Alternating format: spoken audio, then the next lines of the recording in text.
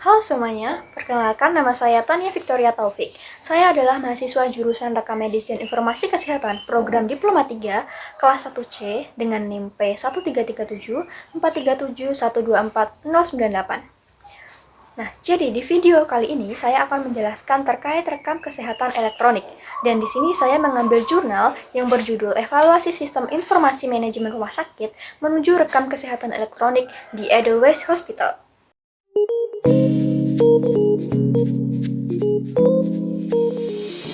Jadi teman-teman, di penelitian ini membahas tentang rekam medis elektronik di rumah sakit.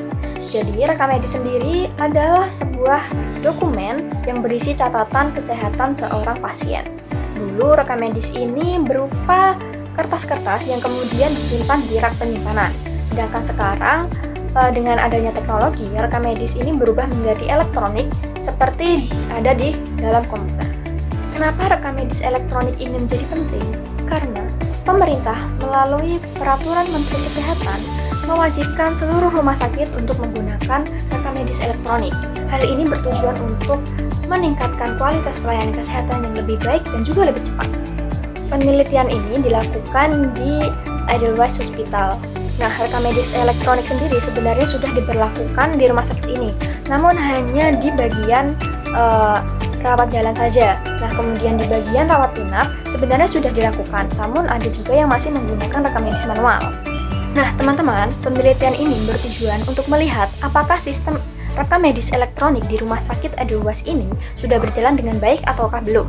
Nah, kalau sudah berjalan dengan baik, maka rumah sakit ini sudah dianggap siap untuk menerapkan rekam kesehatan elektronik. Nah, apa sih perbedaan rekam medis elektronik dan juga rekam kesehatan elektronik? Jadi teman-teman, kalau rekam medis elektronik adalah sebuah dokumen yang berisi catatan kesehatan, namun hanya di satu rumah sakit saja. Sedangkan rekam kesehatan elektronik adalah sebuah dokumen yang berisi catatan kesehatan pasien yang bisa diakses di fasilitas pelayanan kesehatan yang lain juga. Jadi lebih mudah kalau pasien ingin pindah rumah sakit.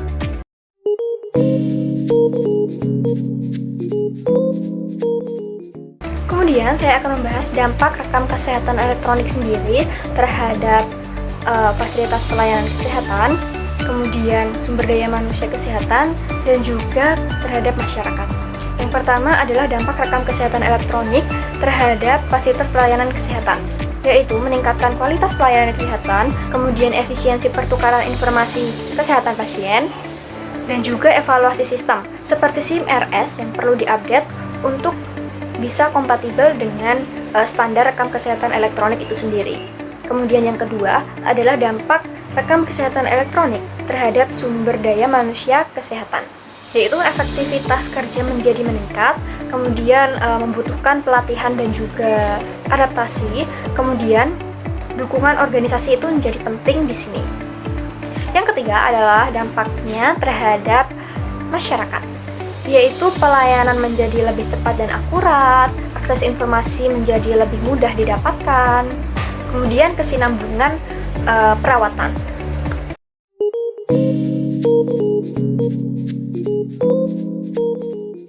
Penelitian ini menggunakan metode hot fit, yaitu dengan memperhatikan 4 hal. Yang pertama ada human, kemudian organization, teknologi, dan juga benefit.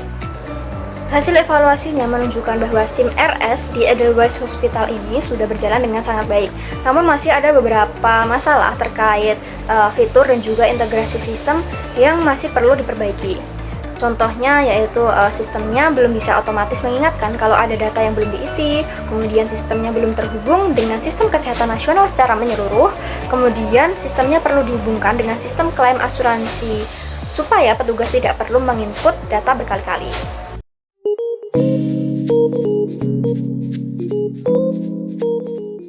Kemudian, menurut Peraturan Menteri Kesehatan Nomor 24 Tahun 2022 terkait penyelenggaraan rekam medis elektronik menjadi landasan hukum yang mendorong implementasi rekam medis elektronik sebagai bagian dari upaya untuk mewujudkan rekam kesehatan elektronik di Indonesia.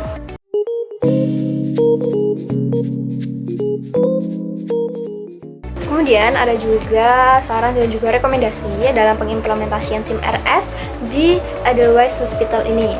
Yang pertama adalah penggunaan fitur alert jika ada data yang belum terisi atau kosong agar tidak bisa disimpan.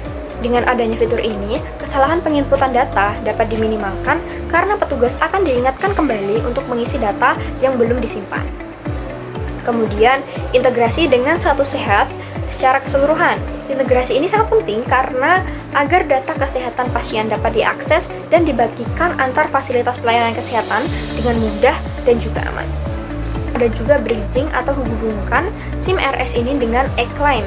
Dengan adanya bridging ini, petugas tidak perlu menginputkan data yang sama berulang kali ke dalam sistem yang berbeda, sehingga pekerjaan menjadi lebih efisien. Yang terakhir ada fitur validasi data. Dengan adanya fitur validasi data ini, digunakan untuk memastikan kelengkapan informasi yang sudah diinputkan tersebut.